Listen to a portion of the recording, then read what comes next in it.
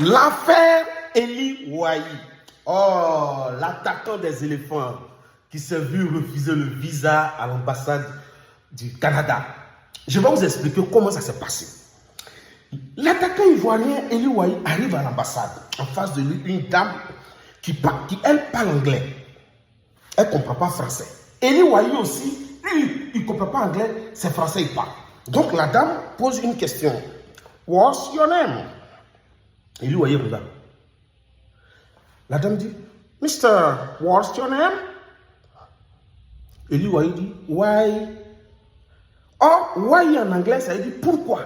Donc la dame, elle pense que Eli Wahi demande, pourquoi tu me demandes mon nom? Donc la dame dit, et ça l'énerve, elle dit, Mister, what's your name? Can you give me your name? Eli Wahi encore dit, why? What's your name? I ask you what's your name? You say me why? Are you going? You don't go?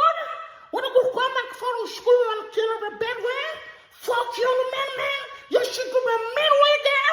What are you going for? Allez, go! Et Eli Wahi est resté bloqué comme ça. Il dit, j'ai fait quoi? Donc la dame rentre dans son bureau, elle est partout.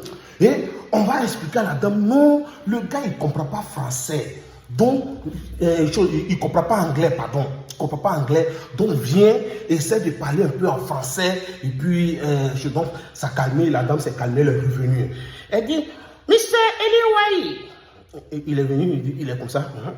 Et la dame essaie maintenant de parler en français.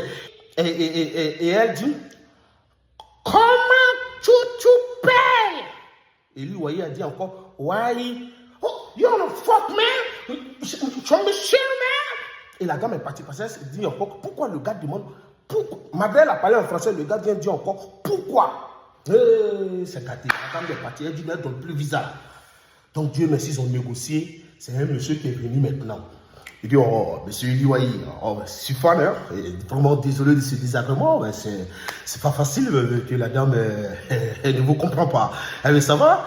Vous vous appelez comment? Il a dit Eli Wahi. Il dit, voilà, c'était juste pour ça, vérifiez le nom sur le passeport et votre photo également.